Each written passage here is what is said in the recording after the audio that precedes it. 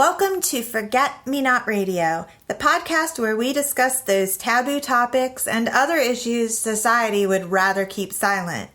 My name is Amy Dommett, and I'm your host. Today, I was speaking with Sean. Sean was a victim of child abuse and a child growing up in a very violent home. My conversation with Sean was absolutely phenomenal. He is a survivor of child abuse, rape, and a witness to the abuse of his mother at the hands of his father. Our stories may differ, but the commonalities of healing are all too similar. We spoke of trauma, guilt, shame, and healing. But most importantly, we spoke of hope. Tune into Sean's story and be prepared to be moved. If you want more information about Forget Me Not Radio, you can visit amydommett.com/podcast. There you can learn about upcoming episodes and guests, as well as support this project through patreon.com or PayPal. It is through supporters like you that we are able to bring this series to you and to others. You can subscribe to us on iTunes and stay up to date with all the newest episodes. And if you've already subscribed, we would love to have you rate us and leave a review. It is through you and your ratings and reviews that others can learn more about this podcast and get a different perspective. Your feedback, it's important. Thank you for joining us today. I will see you on the other side. And if you haven't been here, the other side is where happiness and beauty reside.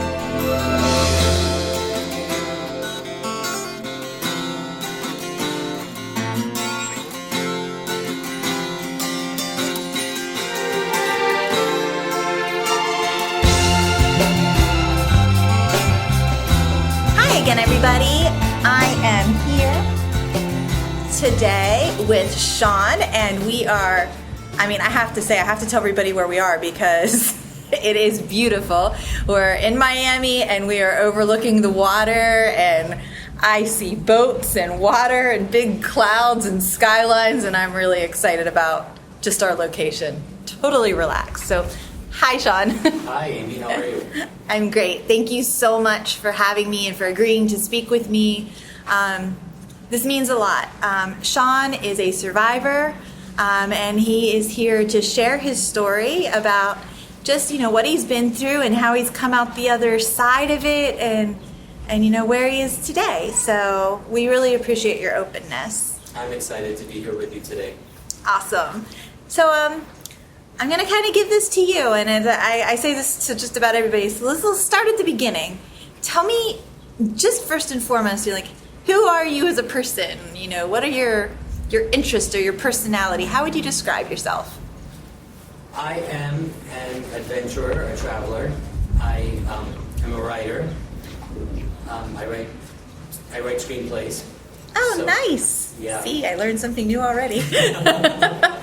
It's a new career after a long stint in the airline industry, so I've traveled the world. And I'm a humanitarian, a feminist, dog lover, and I guess a nomad globetrotter.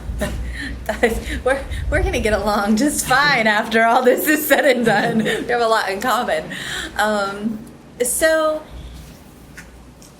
let's go to the beginning, how your story started.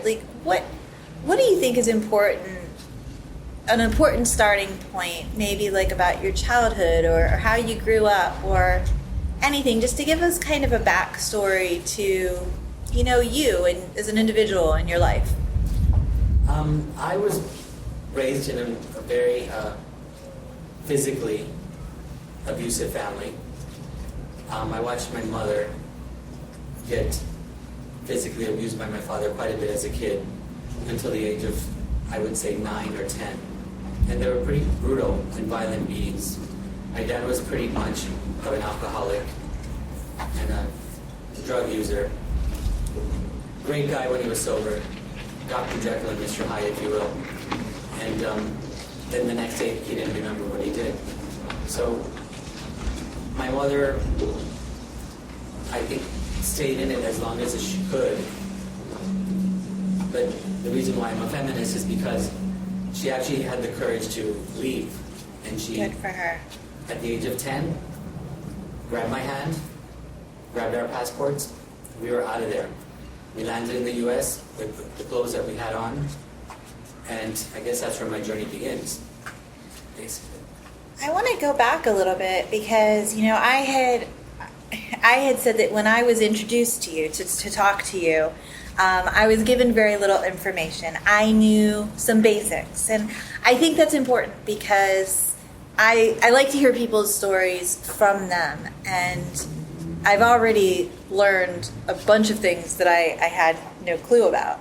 But I don't know if you would be willing to expand on it a little bit because, as we talked about earlier, my passion and my mission with Forget Me Not Advocacy Group is domestic violence prevention and awareness. Right.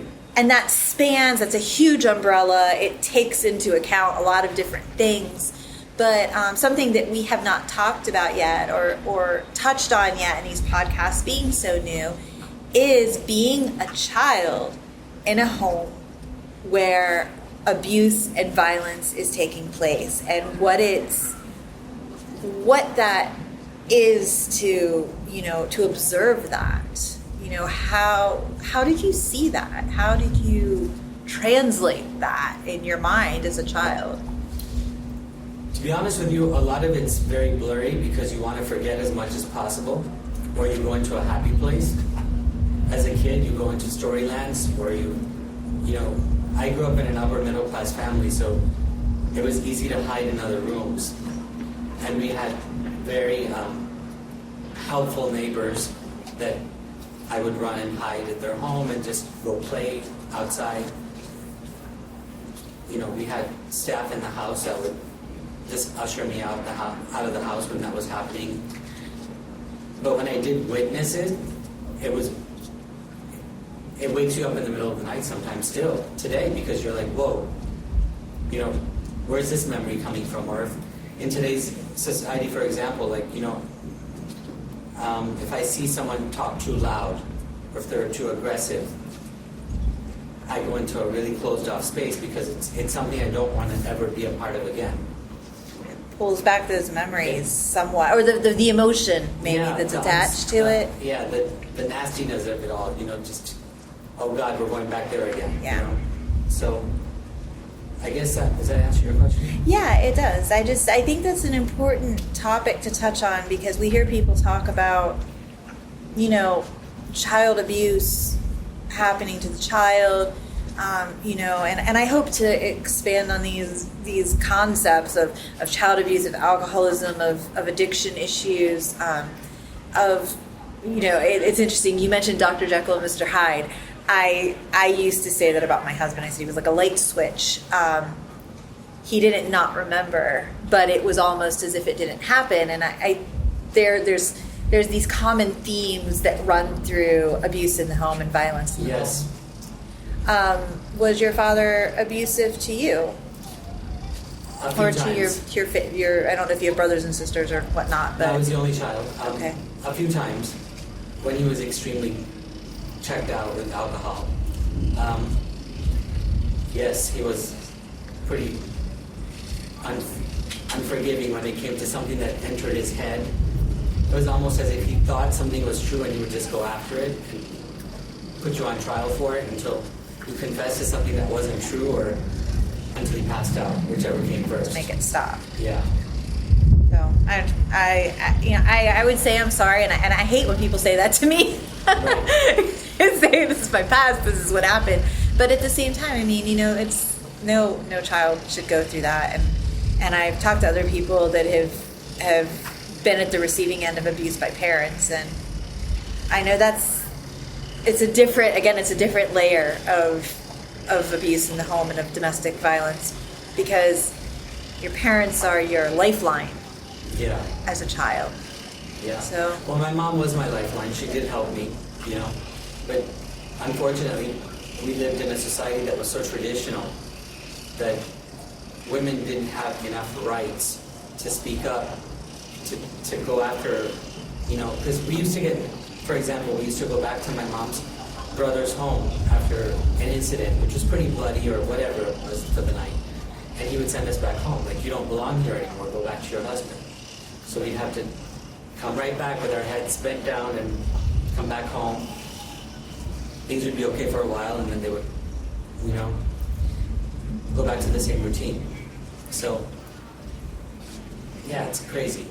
You mentioned that, that there were servants in the home or neighbors nearby that I guess were aware of what was happening. Yes. And either protected you from it or pulled you in from it. But do you think the fact that, and I shouldn't say that they didn't speak to what was going on, I guess that's a question. Did they speak about what was going on? Was it talked about, or was it just pull you in, protect you, keep you from it, and then push you right back to the home? So I am from an era where domestic violence was not only shameful, but many, many homes were dominated by males. And what the male did was okay, it was accepted. And it was the woman's job to make sure that the male became a better person. And if he was misbehaving, she's doing something wrong, was the mentality. It wasn't, oh my God, Yeah. she's in pain, what's wrong? Like, this guy's an alcoholic, we all know that. It would be turned around to, oh my gosh, maybe he's not getting something else in the home, is why he's turning to alcohol. Not that he's just... It was never his fault. It was, yeah. But that was a cultural Yes. thing, so it wasn't just... Yeah, a lot of times that happens within families or within homes or whatnot. Yeah. But a lot of times, as we're finding out, some of that is cultural. It's not always that way, but Yeah. in your case it was. So. And again, in that time, I don't know, people just didn't really understand it that well. Right. That women have rights. People Right. don't understand that. Right. And in some countries like India, Pakistan, Right. the Middle East, women still don't have rights. You have to suck it up. You were landed this gig through an arranged marriage. Sorry, these are the cards you're dealt. Now people like Somi Ali are standing up. You're standing up here in these countries for people from that side of the world. There's internet. There's awareness. That's the one big thing. When people can actually Google, how can I get help? I'm being beaten Yes. up, versus a landline phone with a cord around it. Hey brother, can you help me? No, I'm sorry. And a record Yeah. of who you've called. And that was Yes. even an issue for me, and that wasn't that long ago, and that was here in the States. And a record of who you called or where you spent your money, Yes. that could haunt you as a victim. So That's an interesting point, yes. yeah, that's what came to mind. But yeah, the internet definitely, even in what we're doing now, you just think about what we're doing now. We're recording this podcast, we're having this conversation, and anyone is going to be able to download that literally across the world. And if they can understand English, it's at their disposal. And you have online magazines, you have websites of support groups and foundations and organizations and nonprofits that put information out there that was not available even 15 years ago, let alone, when you were a child, and sadly is still not available in some nations. It's getting there, which is huge, and it makes me happy. I want to clap and dance when I know that more people are being reached. Well, and I think that what's really exciting me about all of this stuff is like when there's actually a generation shift now. People are willing to help. If they haven't been in this situation, then they are willing to put their money behind people like you and behind people like Somi through donations to say, okay, you're doing the right thing, go help. Right. So that's our silent way of helping. Right. People like me are open to sharing our stories. not in victim mode, but in awareness mode. Like, Yes. hey, look, this is what's happened to me, but this is my journey, and maybe that someone that's out there listening to this can say, wow, this step is possible if I make the first step. And what is my first step now is to reach out to people like you Yes. and so me. So I love that. Like it becomes full circle at that point. As long as courageous people just sit up and just have a conversation about it. And Somi and I had a great conversation about that, and just how important it is to share on social media, to share verbally, to share your story, to share your finances if you have that available, to share your hours if you have if you can volunteer, because the more people speak up and talk and share, then the more people hear, and then more people stand up and they have people that they can relate to. Yes. And I always say, and I've said this, people that, have followed my blog or have heard me speak know, and I say that over and over. It's like, if you share your story, others will share. You will touch somebody and you will open their heart and their mind and help relieve some of their fear in sharing their story. And then when they share, and it just is a domino effect. Absolutely. And, if it's exciting. A lot of people say these topics they're not comfortable. No, they're not comfortable. Sure. Nobody likes to talk about things that are negative or bad or depressing. But here we are, sitting here on a balcony, and we're laughing and we're talking. But we're not laughing because it's funny, but we're laughing because we have something we want to shout out to the world. We want to inspire change.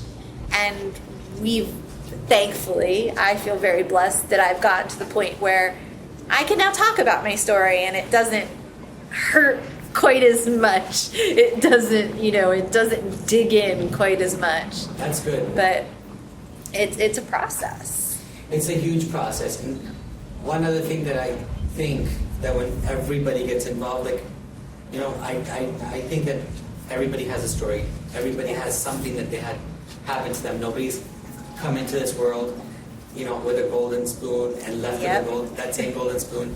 Someone has something in their life that they need to share, whether it's my journey or yours. The reason why we're laughing about this is that there's joy in feeling that there's hope being woven into people's lives because we're finally being honest. Okay, this happened to us. Amazing. There's freedom in it. There's freedom. Yes. And we're all holding hands, basically, and saying, okay, we're a group of people that are also available to help others because we've been through it, but we can firsthand give out what other people can't. And that, and that's it. You nailed it on the head in so many ways, because I remember saying to my mom when I left my marriage, I remember saying that it was like a weight had been lifted from me. And the irony was, at that time, I was still very much suppressed, and I had no idea. I had so far to go before I really felt true freedom from, what I had endured.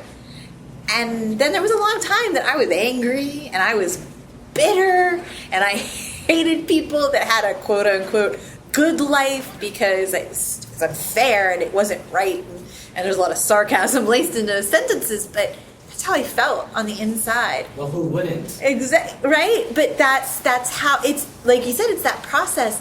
But now, what you just said, it's like this freedom and this joy and the hope. And I say every time I talk about this subject that people often don't want to talk about, I meet somebody else that either needed to hear my story and gives me a big hug at the end and says, oh, I'm so glad you shared, thank you.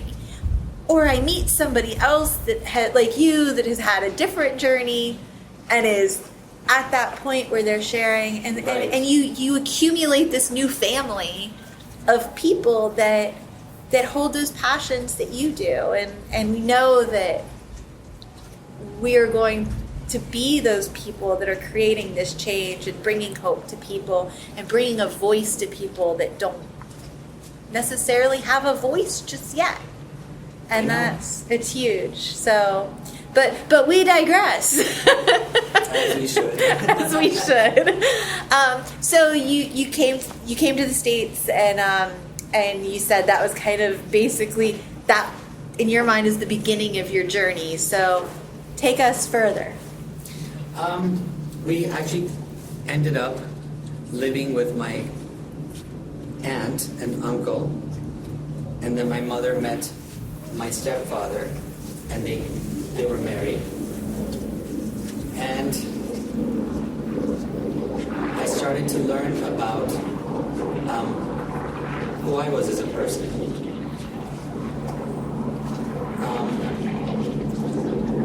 We moved around a lot, so we were basically in one spot for maybe 8 months. My dad used to work in retail, stepfather.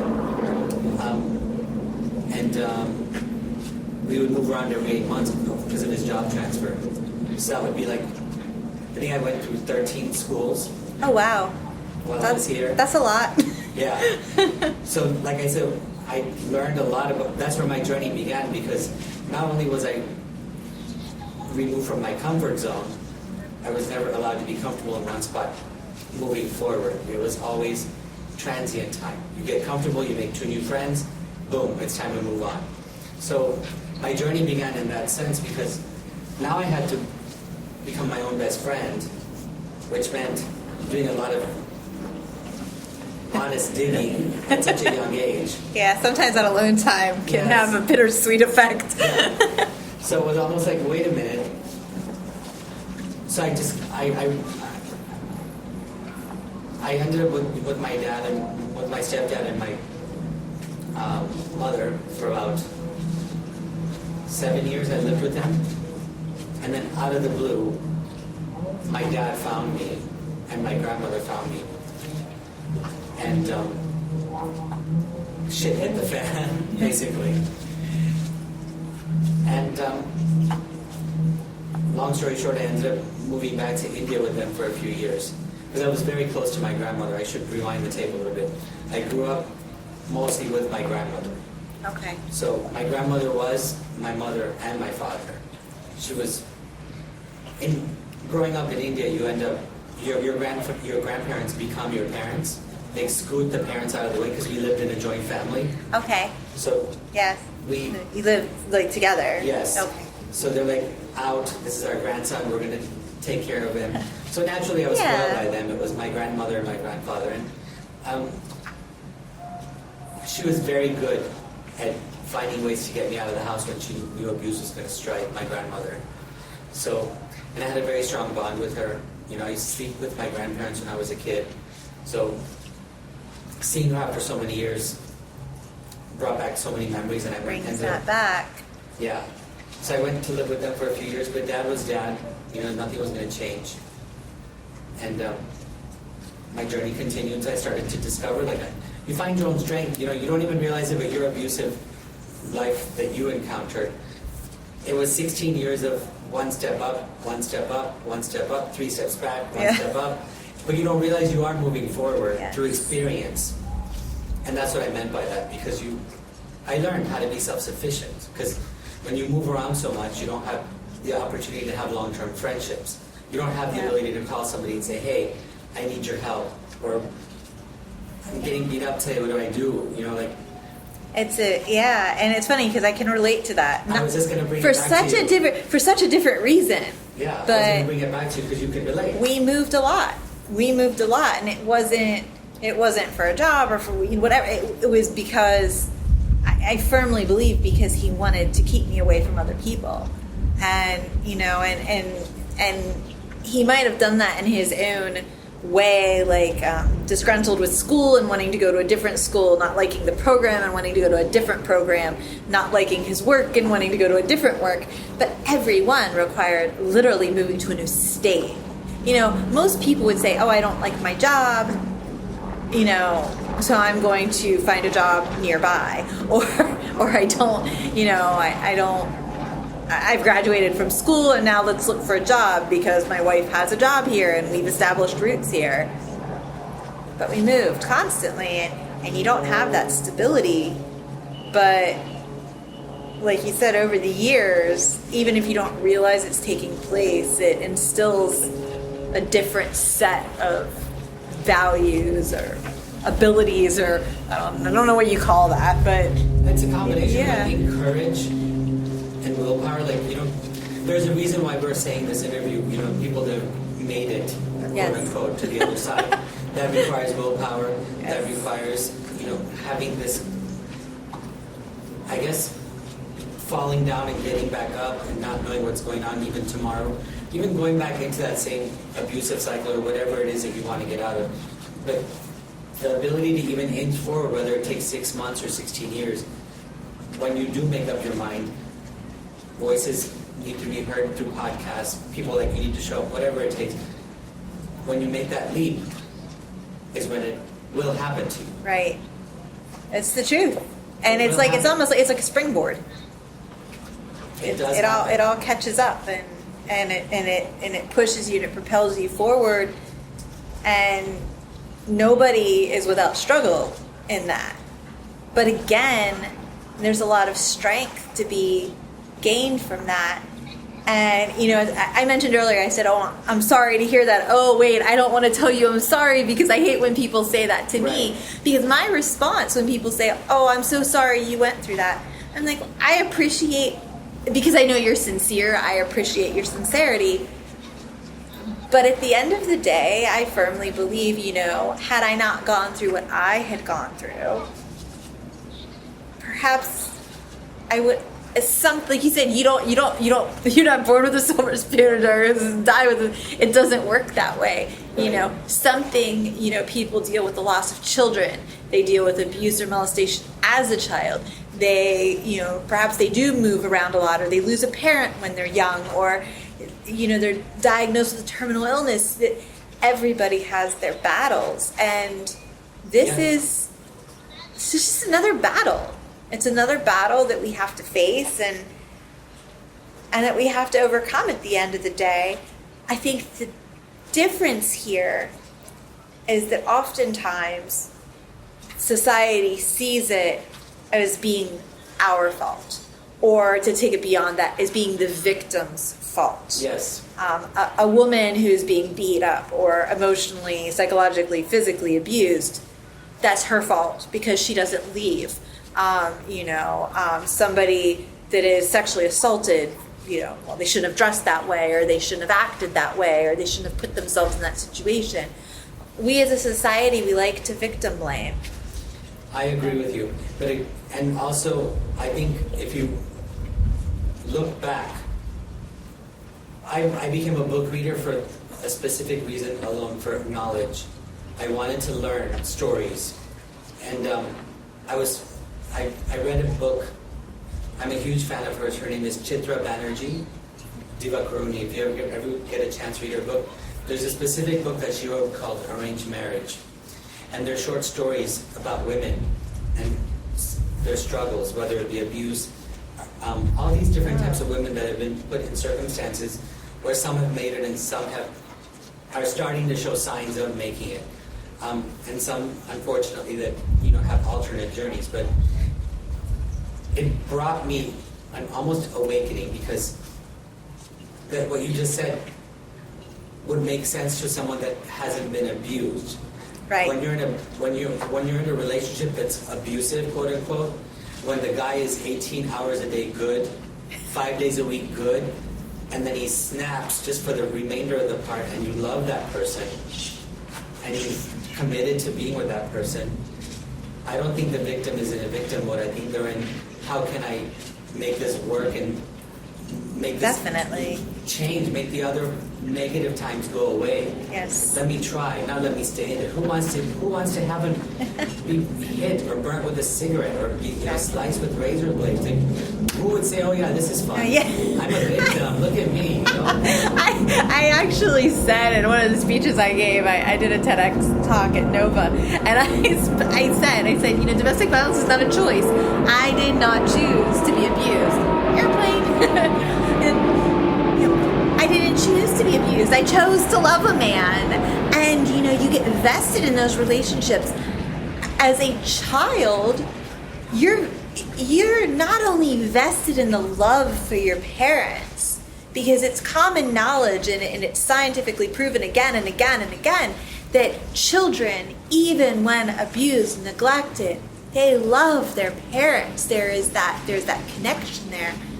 But additionally, you add this extra fact that they're your lifeline. They provide your food, your shelter. They provide for you so that you can survive. You can't survive as a child on your own.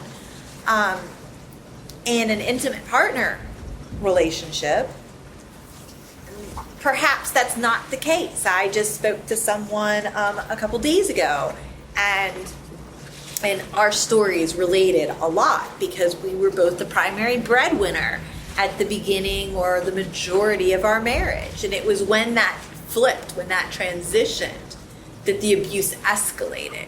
Okay.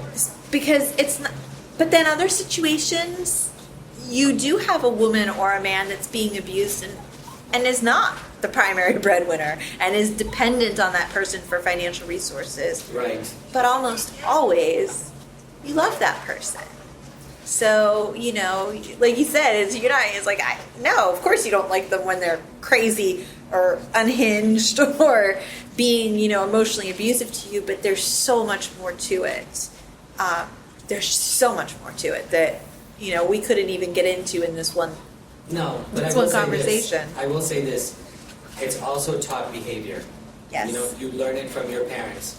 For example, my mom and my mother's parents were together forever until he died. But she saw the level of commitment my grandmother was making towards my grandfather. Now, he wasn't abusive. He was a good human being. He was a humanitarian. Yes. He used to give to charity. He used to do a lot for our community. But you, as a person, if you gravitate towards what's the right way to say it? The discipline of what marriage is. The Definitely. holding hands. And if that's what you observe as a kid, and you want to be I'm going to be my mother because look at what she is to my father. I think my mom had that in her mind. I'm going to be like this to my husband. Because my mom was that way. She wants him to be happy. So she wants to care. She wants to nurture. Yeah. So she didn't end up getting the same personality as her father's, but she lived enough with her parents and her siblings to have some sort of a structure of what kind of a person she was. And she wasn't a quitter. Yeah. She was someone that was going to be a good person. She was going to make this guy a good person because he came from an abusive family. His dad used to be... My dad was a brat. And my grandfather punished him by not educating him, but by beating him. Right. And teaching him, like, you're an idiot, you're this, you're that. So he grew up and then he using that as anger. Carried that on. Yeah. I came to the same environment where my dad was abusive, but I've always chosen, like, I don't want to be him. So you can make choices after that, too. And that is very true. And a lot of people do believe, and again, I always add this caveat when we're talking about things like this, that, you can go out and you can do the research. It's out there. Yes, there are a high number of abusive individuals that come from abusive homes or come from trauma, but there are people that don't. It's not necessarily a precursor. No. Because, like you said, people do have choices. Just because you're abused as a child does not mean you are, that it's written in your DNA that you're going to be an abusive person. You can make the choice not to be that way. And you're not. So he's not. Yes, exactly. You could have made a choice and found a submissive boyfriend and done the exact opposite. And it's funny you mentioned that because I actually said that I didn't want that. As I left my marriage and I went into the dating world, I would sometimes be drawn to these people that were the polar opposite of my husband because I didn't want that control piece. But in finding that, oftentimes I found guys that having my personality and being kind of a assertive, independent woman, even after my marriage, that all came back sooner or later. And I was like, ew, you need to be able to come up here and meet me because if not, I'm just going to plow right over you. I don't mean to, right? But I could have easily used that to my advantage. But yeah, that's not who I am. That's not who I want to be. Right. And that's not what I grew up with. There you go. Yeah, I grew up with parents who are still together, who are happily married, and they had their issues, of course. Everybody has issues, but they loved one another, they respected one another, they were good role models to my brother and I, and I took that into my marriage, Right. I often say that, when he would be angry and controlling and mean, I couldn't understand. I was like, oh, there must be a reason for this. There's an excuse, because nobody would just be mean to be mean, because who acts like that, Exactly. It's a new form of, like, whoa, wait, what just happened here? Yes. So you went back to India. You're there with your dad and your grandma. About, how old were you? I think I might have lost track. 17. Okay, no, I was 17 or 18, yeah. Okay, so you're in your late teens. Yeah. And he was wanting to get remarried at the time. So he remarried, same patterns of behavior, ended up in divorce.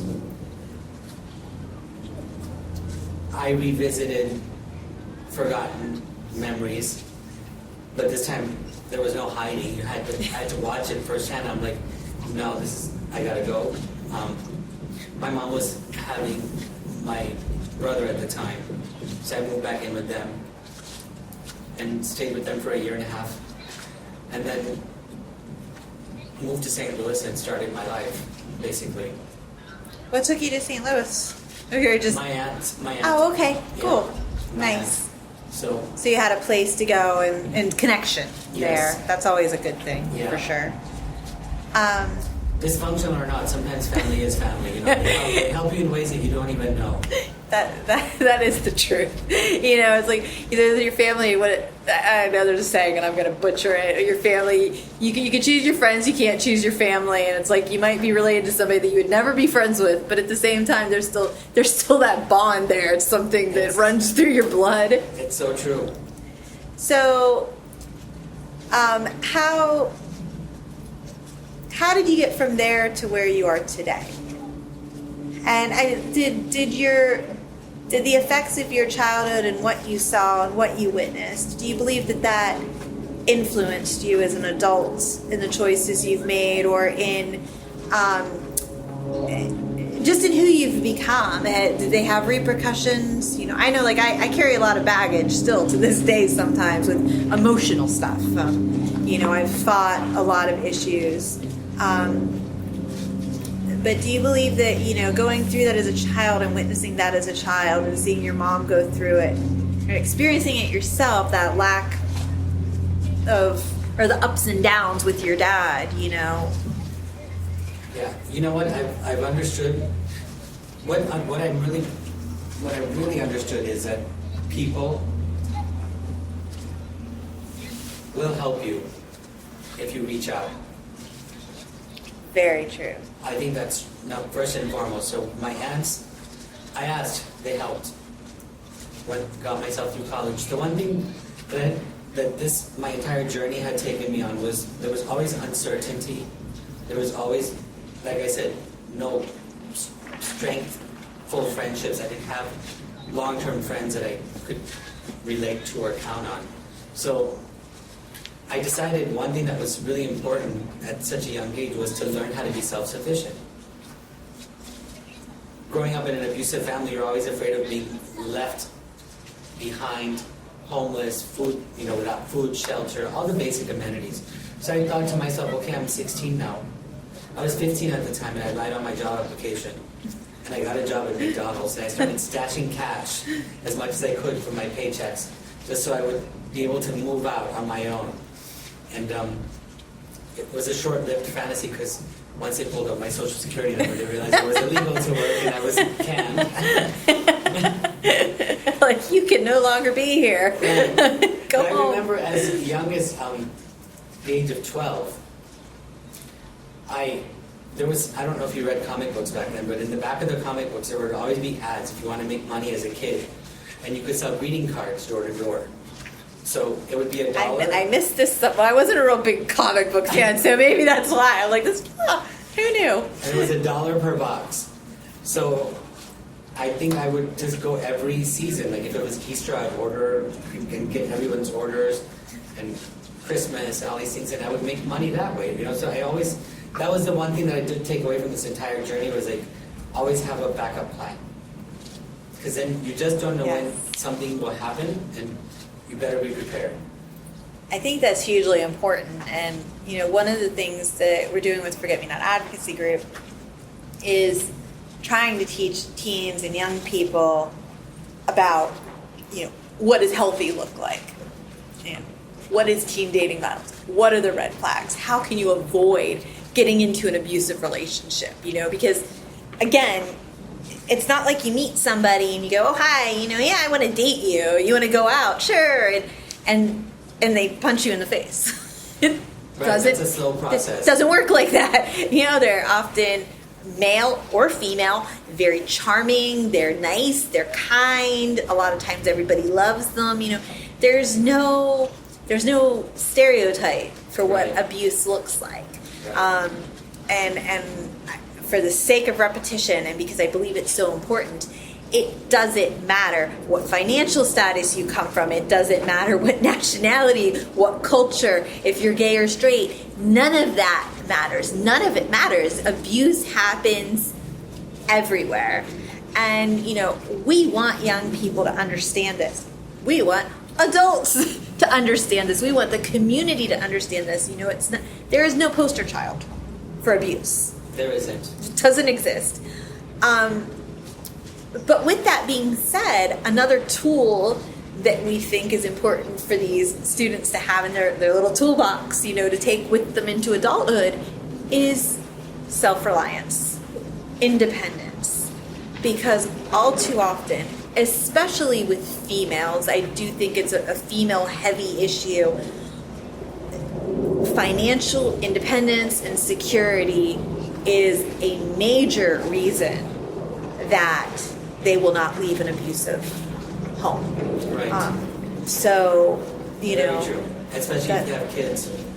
Yeah. I mean, on their own with kids, just again, an additional difficult layer.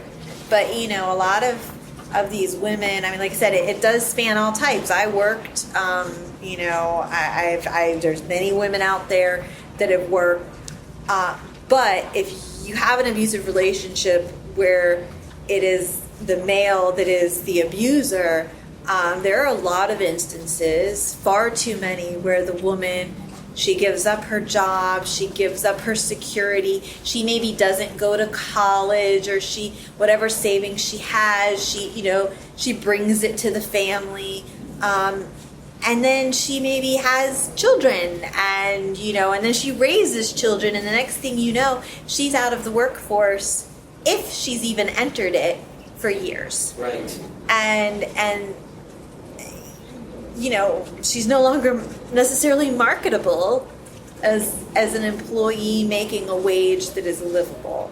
And that is a huge barrier to overcoming abuse. Yes. And their self-worth gets chipped away each time that they stay a day longer, or they become. I find that a lot on some of the people that I've talked to for therapy, when I was going to therapy and things like that they stay one more day, and that one more day becomes one more year, and their self-worth becomes from a 10 to a 9 to an 8 to a 7 to a 6, because when they become isolated, this becomes your new normal. Okay, I tolerated this yesterday. Yeah. This is just one step more. I can tolerate it a little bit more, but if I can just hang in there for one more year, or hang in there until this kid gets old enough.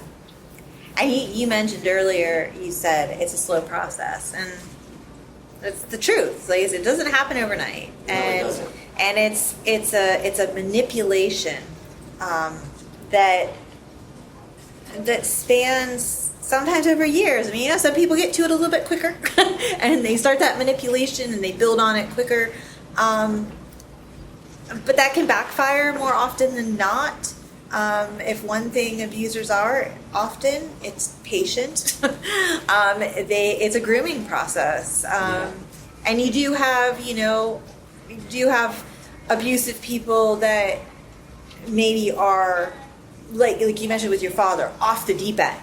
That they're this wonderful individual from Monday through Friday, and then they go out and they drink, or something negative happens, and that's what, makes them erupt.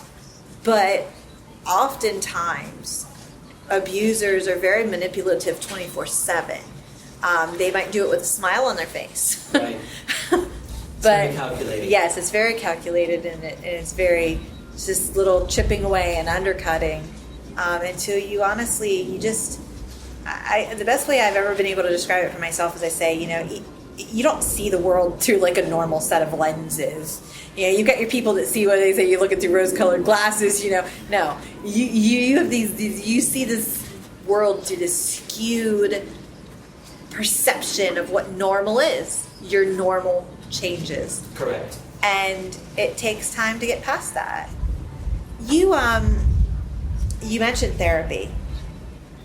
Talk about therapy. Why is therapy important? Because I get people have heard me talk about about what I think, but I want them to hear it from a different perspective. Therapy for me was a lot of suppressed emotions that I was finding I was not able to enjoy or understand how to form a relationship. I didn't know how to be in one, for example. I was too afraid to be in one. I was afraid of human contact. Arranged marriage was not my thing. I was not going to go down that road. And I was raped as a kid. I was raped by a servant. So intimacy issues were a big problem for me. As I had told you earlier, that rape isn't gender specific.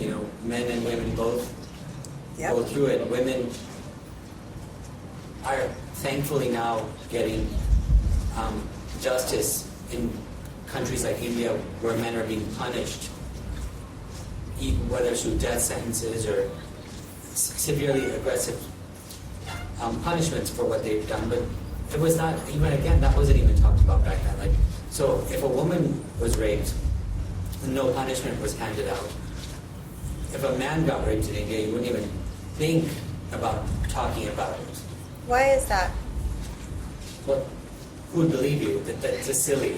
I was going to say, there might be obvious, but I think this is really important to touch on because I've found in talking to men about these topics in general, and again, I'm talking here in the States, where we tend to be a lot more open than maybe some other countries are. And yet, we are still very, very silent on issues. And when I'm talking to men about domestic violence, or I'm talking about intimate partner violence, they'll say those exact words. Who's going to believe me that my wife abuses me seriously? Yeah. Well, you know what? It happens. It happens all the time. Maybe women aren't necessarily as physical because we're not always as a species, or as women, we don't tend to be in general physical. But the words and the psychological attacks and the gaslighting, that's all there. The emotional. Women dish it out daily to men. But we're, talking about being raped as a child or raped as an adult. As a man, there's a new stigma attached to that. Well, it was different because it was not only was it happening during the time when abuse was a normal way of life for me back then in India, but it was happening by a male servant. And I just couldn't put someone that I slept with in the afternoons because he was, it was like family to being violated so quickly. But then you don't understand how to, as a young kid, was that an accident or, but he's my go-to safe guy because he protects me from my mom and dad when they're fighting. All that stuff you just put away in a box of question marks, because when you're a kid you don't really understand any of that stuff, but you don't realize the damage it does when you grow up and now you're out in the real world with a random stranger who grew up with a completely different set of circumstances, not to mention a different culture. India is back then was still very timid, arranged marriage was still common. People didn't date. You know, here I came into this whole new, oh, we wear shorts here? Oh, okay. Right. That's cool. You know, that was like, oh my God, you know, we're wearing right. shorts. That's so cool. And no one's going to laugh at us. Like, why aren't you covering your body or whatever? Things obviously have changed in India since then, but I'm just talking about from where I was. Yeah, what you would come from, exactly. So, whoa, what do you mean you want to go on a date? How am I going to tell my mom that, or how am I going to tell my dad that? To leaving the house, living with college people and seeing how crazy their lives were, drinking and all this stuff, and here I am just afraid of someone holding my hand or touching my hand. I'm like, oh my God, don't do that, you know? So therapy for me helped unweave all of those bags that had sewn shut. I'm going to deal with that later, and help me confront why I wasn't understanding life as it currently is under the circumstances. Because I was cherry picking. I was cherry picking times when I was Indian.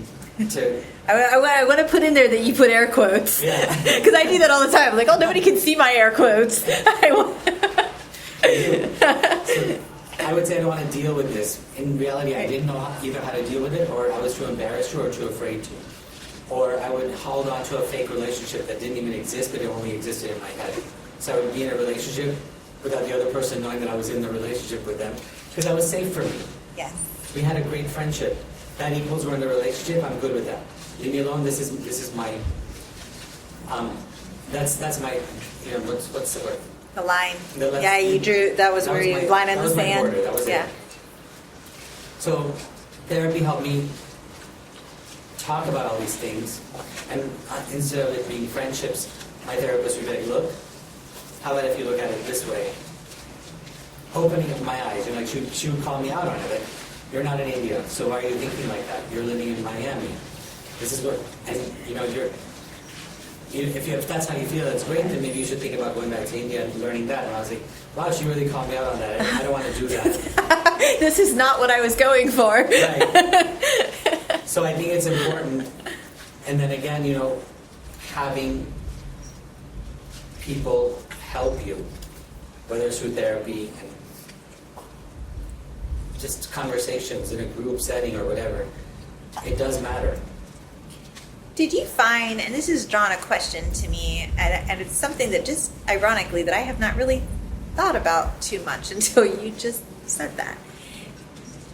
Did you find that you had a need to not seek help? For sure. Like to have control over whatever you needed to control.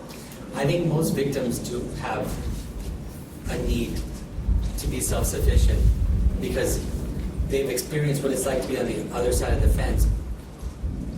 Whether it's with their husband or spouse or girlfriend that's abused them, they think, oh my God, if I try to depend on somebody else, this might happen again. And it spans beyond intimate. It spans to, for me, it spans to today. I mean, literally. And I, you know, I say we never fully 100% heal. I think we are just often, we are much more aware.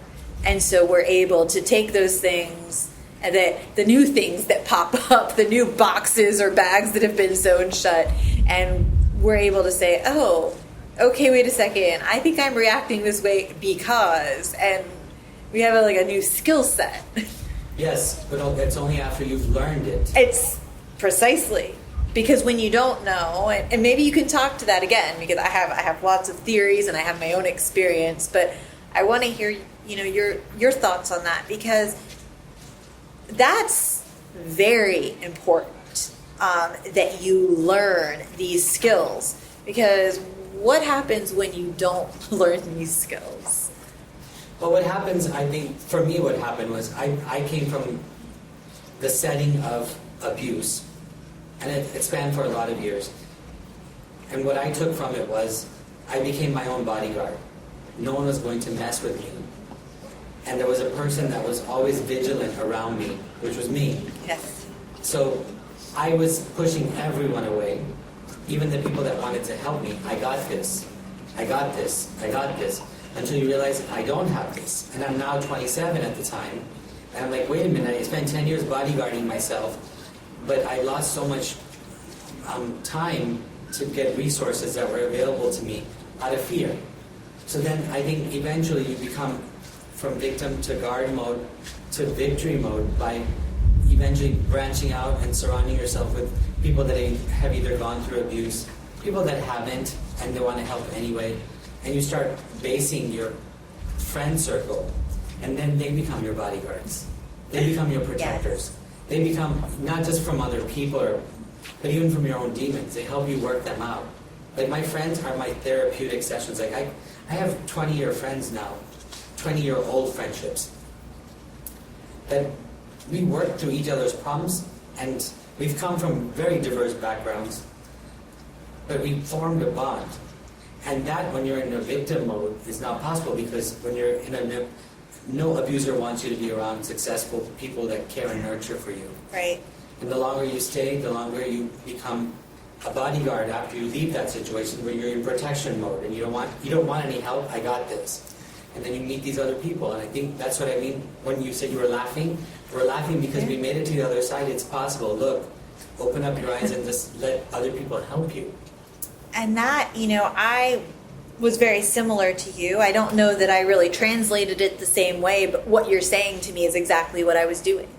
I didn't seek help. I didn't seek therapy. I was like, I don't need to go to shelter. Look, I put him through school. I paid all the bills. I can take care of myself. I can afford this apartment. I have a good job. Whatever. I left. I did the hard part. But I know for me, like you said, I guarded. I kept everybody at bay. Or I did the opposite, where I was so needy, and this was coming from my experience, of course, was different than yours, but I was so needy for attention that I had no idea what a healthy relationship looked like. Right. And I craved attention so badly that I either pushed you really far away, or I literally just sucked you in. And to the point that it was self-sabotage, of course. I, totally destroyed any potential of good friendships, good intimate relationships, that they were never going to happen because I was in such an unhealthy place. But I had no idea that I was in such an unhealthy place. And you were doing the best that you could. Exactly. But you didn't. It cost you dearly at points. And it did. And I would say to people, and I just mentioned this yesterday, but I would say to people that, look, I don't know how to be any different. I understand you're trying to help me, but please stop. Stop trying to help me. Leave me alone. This is my life. You don't understand what I've been through. You have no idea what my mind is like. And I know you think that I'm being irrational for crying for 3 days because somebody didn't text me back, but you don't understand. If you knew, if you had experienced, then you would understand. But I did that too, and I think that's also part of guard mode, don't you think? Because you already know the other side of that equation might be possible happiness, and God forbid you deserve that. Right. And you don't. I don't know that. You kind of think you do, but you don't believe that you do. Exactly. You just said it. Yeah. You self-sabotage. Self-sabotage. So you know what it is to be happy. You just don't. You can't fathom the fact that you deserve it. The self-worth meter has gone so low. So that why would you want to bring in someone that's a quote in your quote? If they're in your head a 10 and you feel if you're a 1, you don't deserve it. So why not self-sabotage it? Why not push them away? Why not go in guard mode is what I like to think of it too. And you get, for me, and I've actually, I found that being a victim was a way of life. I was so used to, it's not fair, my life's not fair, this isn't, blah, blah, blah, whatever. Feeling bad for myself. Yeah. That I was, like you said, it was comfortable. The idea of getting, and it's still a battle that I have. Again, I can literally pull it to today, this very day. I had a moment, I got really upset about something, and I blasted it on Facebook. And then I said, oh, wait a second, stop doing that. An hour later, I deleted it because it's like, Amy, why are you doing this? Why are you doing this? Why do you insist on focusing on these things that are toxic to your well-being? But for years, that was a way of life. And I'm talking for years after my marriage. And it took me being to the point that I had almost destroyed my life.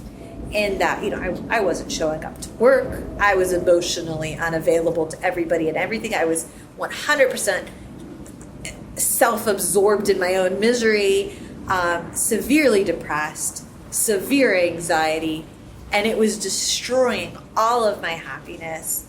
And it was similar to when I left my husband, where I got to the point that I was so low, and a friend said to me, Amy, you have to get help. You have to see a therapist. You cannot continue doing this to yourself and to everyone around you. You have to get help. Right. And I went, even then, dragging my feet to therapy. Because in my mind, I couldn't help. But you went on your own? I went on my own. I did go on my own. And it was mostly because that nurturing, empathetic side of me felt so guilty for being such a burden on everyone else that I thought I have to get help so that I stop doing this to the people that I love. And you made this step. But I made the step. And that step,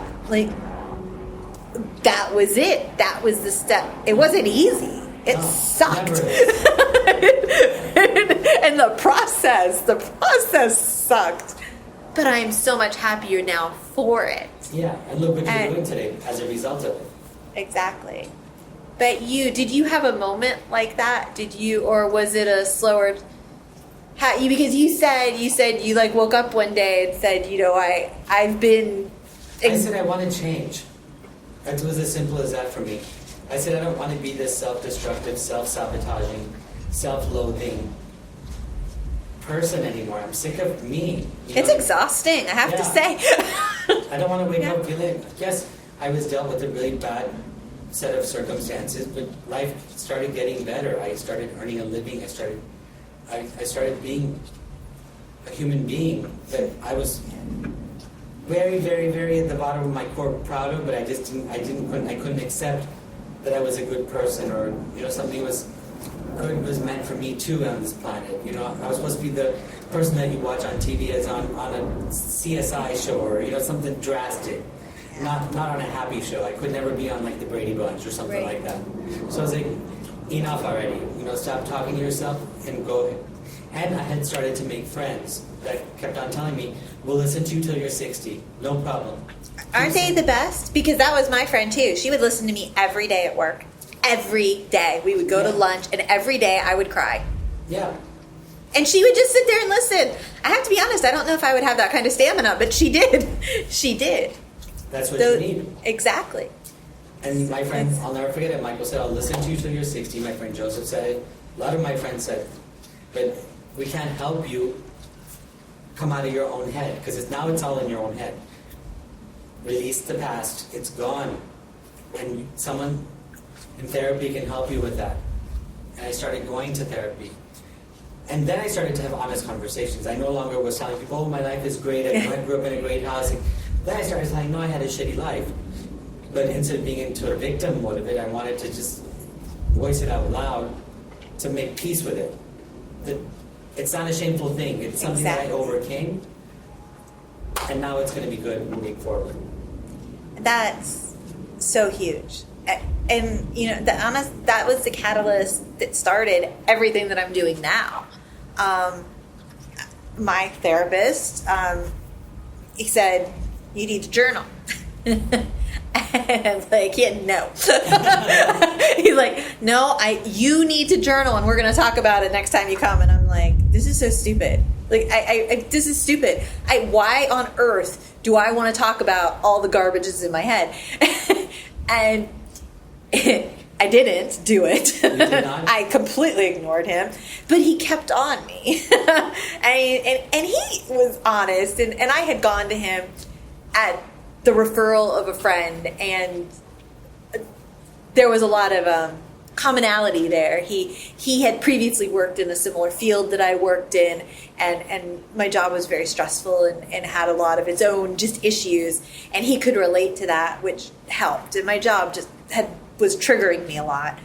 So he had that understanding, which was huge. Otherwise, I think I probably would have been more inclined to go to a female as a female.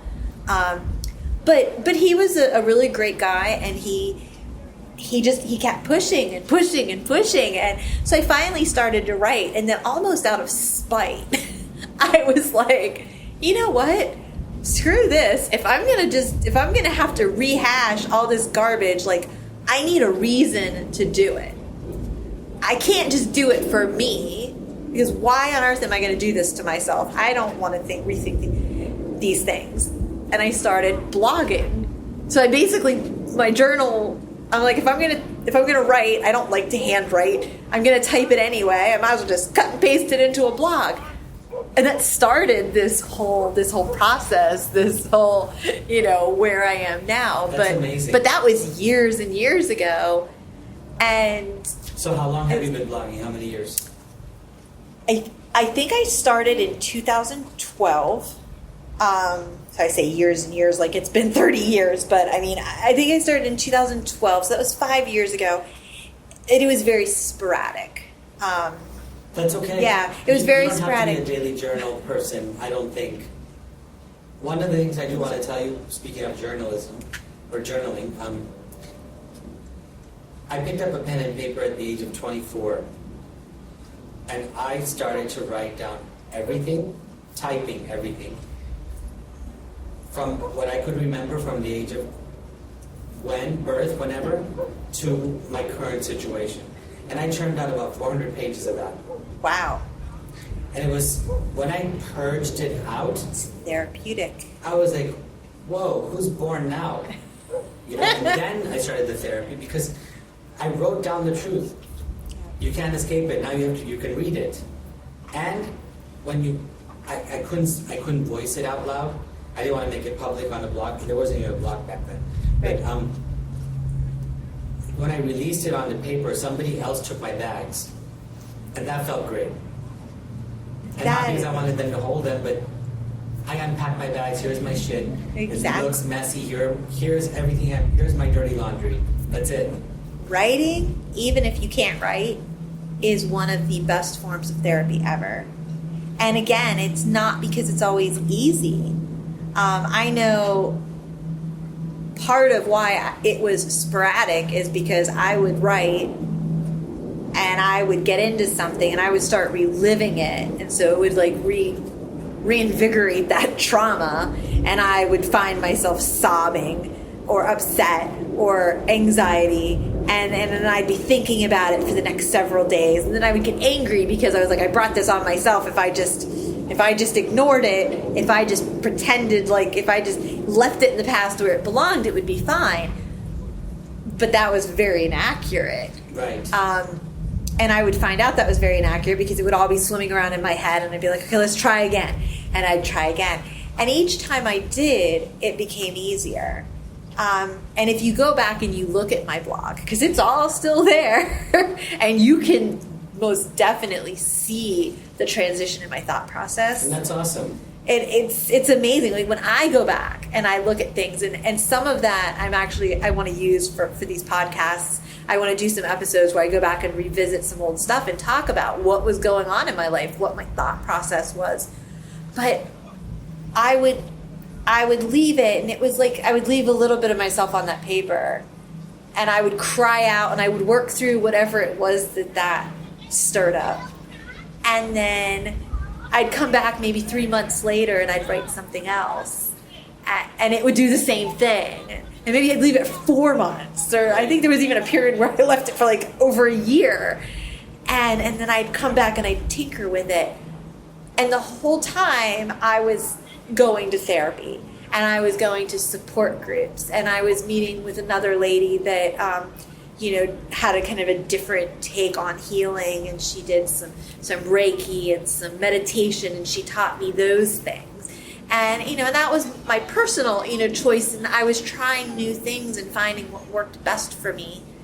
And I found that when I started to get to a better place, then it was like that emotional dump.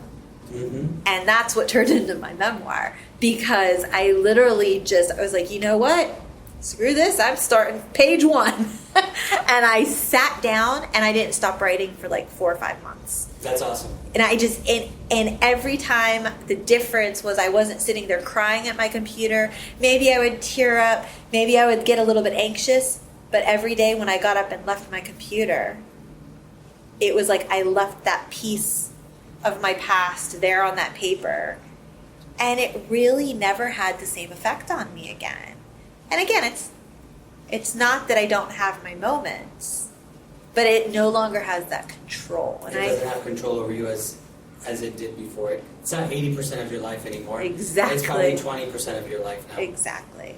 It's always going to be there. I mean, you've been a victim of abuse. I mean, it's, you can't take that back. There's no way to unplug that part of your life. Just like you said earlier, a woman that loses her son or daughter before her, a kid that, watches his mom die at the age of 7 when she's only 45 for breast cancer. Yeah. Happened to my best friend, she died at 47. Life has no guarantees in that sense, and those wounds will always be there. But the ability to live forward, yes, and keep a positive thing going. Life is precious no matter what. It is. This is a small speck of our life. And it's short. And it's Tell short. me about it. Tell me about it. Do you find you just keep getting older and you don't know what happened? I mean, I look at that sunset and I'm like, please don't set. Please don't set. I can't believe the day's already over. It's... And yet, it is going to be absolutely phenomenal. I might just have to hang out here and watch it. I mean, It's not a problem, you can. But it's true. It's true. Like, when we were kids, time could not go by any slower. And you're like, when will I grow up? When will I leave? And now I'm like, wait a minute, where is that time? What happened to that? But the meme, I always pick up these memes. It says the worst mistake I ever made was being an adult. True. It's like, where did I mess that up at? When I left the house. Yeah, exactly. But it's so true. One of the things that I love to talk about, and I see this in you, and I saw this in Somi, and I see this in so many people who have gotten, like, to the other side. You've left the victim status behind. You've gotten the help, the support, the therapy that you need. You have surrounded yourself with individuals that are positive, that are influential, that are supportive, that are they're your bodyguards. They protect you from the outside world. They protect you from yourself. And then you find yourself, like, it's like you have a new lease on life. I will say this. I don't think I've left my victim self behind. That victim person is always there in my head. He's never gone. But now what I do is I use that victim for my purposes, which is helping others. My victim is now a victim of me. That's a great. I love the explanation there, because because we're used to victim mode. It's easy. But that's what you tend to leave victim mode behind, and that, like you said, it doesn't have that control of 80% of your life anymore. No, but if you're clever thinking about it, every time I try to be a victim, and sometimes it happens. But even people that don't go through abuse, people always have a tendency to naturally gravitate towards feeling sorry for themselves. Yes. Period, no matter what. So everybody is in victim mode. I think the strength that you find with this is, like, that alter ego is in your head.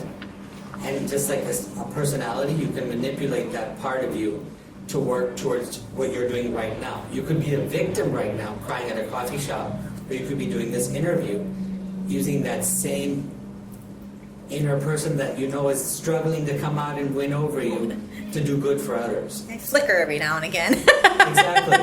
Like, just shoo. Right. Go away. Get lost. Right. Do you find yourself having those conversations with yourself? Yeah.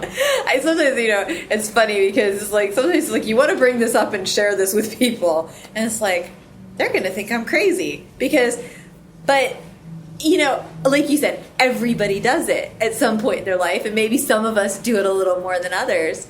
But I literally have conversations with myself periodically. Like today was one of those days. I'm sitting there, and the conversation is like, I don't like what that lady said to me. Why didn't I like it? Well, I know why I didn't like it. I didn't like it because she told me I wasn't good at something. Okay? Now, the reality is, I wasn't good at that particular task.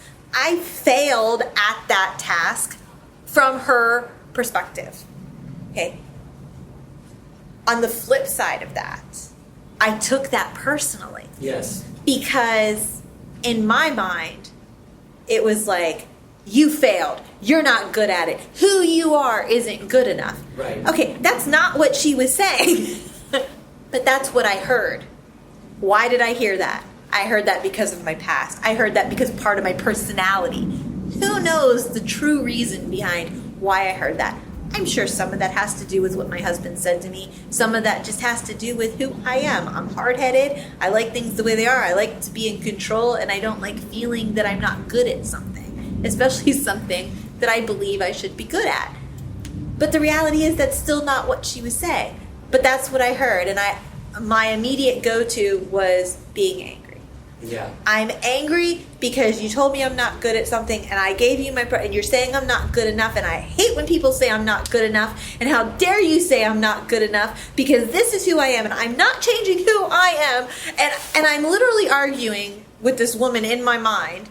And She's in front of you? No, this was literally just in my mind. I'm yelling at her in my mind Right. because I'm angry at her giving me constructive feedback. Yes, constructive criticism. I'm angry at her and having this whole conversation where I'm yelling at her in my mind. And then I'm allowing it to take over. And it turns into this monster that it doesn't need to be. And then I gripe about it on Facebook. Of course, not explaining in any detail what any of it is about. Right. So it's like, oh, there's Amy. I can just imagine somebody sees this, and then there's Amy again having a pity party. Let's block all those notifications from Amy moving forward. Yes, exactly. We don't need her negativity. She was so happy yesterday. I don't understand. But you know what? It's a reality of what I deal with every day. And again, am I going to blame my ex-husband for all of that? No. I'm sure he was a large contributor to it, but there's pieces of that are just me. And it's a battle that I fight daily. Yeah. I think the good news is I look back and I say, oh, but instead of sitting on that for 2 weeks and annoying everyone with it, I addressed it in about 10 minutes. And soon it'll become 5. Exactly. So. And then I'll just roll off your back. You have these conversations. Yeah. You have I these do that conversations. too, but I have facial expressions, and I look like a nut job because I have hand movements that go with it. My friends are like, oh, are you having a nice conversation? I'm like, what? Who are you talking to? And I'm like, I have New York friends, so they don't hold back. And they come with a jab of comedy, so they're always just like, you having a good time? Let us know when we can get involved in your conversation. I'm like, oh, sorry. I wish people could see us right now, yeah. So yes, I do go through that too. It's, it is a journey. And, I thank you very much for opening up about what you experienced. And I keep saying this over and over, and you touched on it as well, that it's important, for society to know how often these things happen to people. There are so many people, and when you have that crazy friend that is pushing you away, or you're getting involved in a relationship with somebody that has these walls up, or they come across as extra nasty or extra needy. They're asking for help. Exactly. And Reach out. it's learning to know the signs, learning to understand and read between the lines, educating yourself on what happens to people that go through this. And that's why, I've asked people like you to share. Yeah. Because thank you. That's good. Because thank you for doing that, because a lot of people still will not share. They will when it comes time. Some people are just not exposed to good friendships yet, a good solid foundation of people that they can fall back on. There's fear associated with that. I think there's the gift of books before the internet was so valuable because that's the only way you could hear stories of other people's lives and experiences, and you could escape and find out what other possibilities were. Like I said today, there's the internet. Through this podcast, I hope people understand. All you have to do is just Google something nowadays. Have the courage to just Google word, help me, or I'm being beaten up. I was just raped, what do I do? I don't care if you're in Dubai, where you can't get help as a woman, or if you're in Malaysia or India, or even in the US, in Miami, or don't be afraid of just learning. Learn and know that you're not alone. I think that's a huge one, because, and again, maybe it was just my belief, but I harbored the belief until well after I had even left that this wasn't common, that people wouldn't understand, that people didn't understand. And I think to a large extent, there are a lot of people out there that don't understand, but there are also huge and massive groups of people that do understand and that are going to surround you and love you and help you get to where you need to be in your time. Exactly. And that understand that it needs to be in your time. And for those people that are out there that don't understand, do you have any words to them about, if they have no understanding of abuse or assault or rape or, the aftermath of those things, what would you suggest to them? Equally try, Google it. Good. Just try. What I try to do is, for instance, my biggest thing that it's so completely far-fetched example-wise, but I'm a vegetarian. I've never had meat in my life. I've never touched it. I don't know what it's like. Never? Never. I have the most difficult time understanding people that support the unethical treatment of animals, PETA supporters, go into Burger King and order a hamburger. And I registered in my head as immediate, you're an animal supporter? Really, you're an animal supporter? And yeah. Just like I'm unaware that growing up as a carnivore, their lifestyle doesn't understand that part. But they do understand chaining up a dog and beating it to death is wrong. Animal cruelty is wrong. There is a good in that person to actually want to do all these kind of things. So just like for me, that was a personal journey. I had to learn that it's not, ridiculous of them to go into Burger King and order a hamburger, but then spend $5,000 saving an animal. The good is still happening, just on their level. I think people are also trying to do the same thing when it comes to abuse for human beings. Good, they are trying to do as much as they can. I think maybe a small percentage of people shy away from it, but the rest are just unaware of what it's like to live in a victim's life for 24 hours a day. Yes. If they would spend 1 week in a victim's life, they would know what it's like as to why they're not leaving. It would just, so Google it. There's so many movies out on TV that highlight abuse and the people that stay in it. Yes. And there are, hundreds, if not thousands of blogs.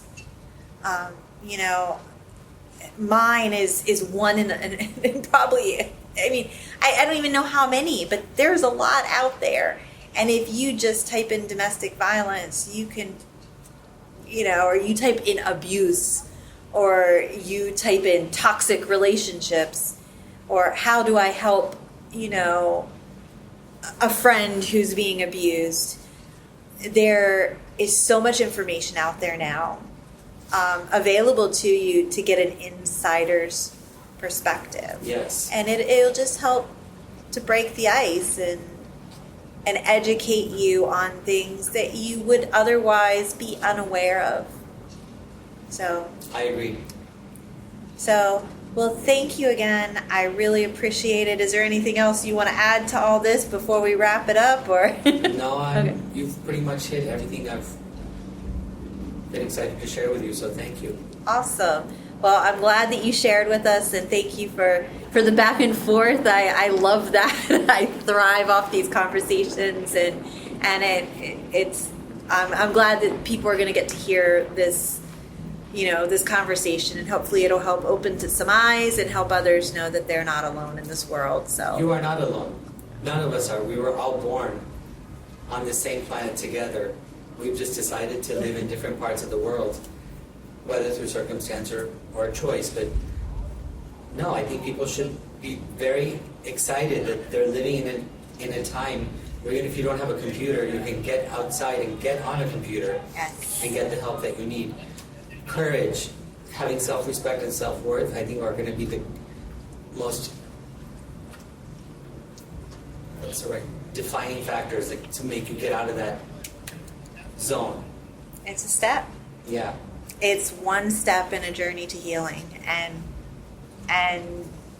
I firmly believe that everybody that has had any kind of pain inflicted on them, no matter what it is, that when they take that step to get the support, the help that they need, whatever that is, whether that's therapy or research or, just again, aligning yourself with people that are like-minded, that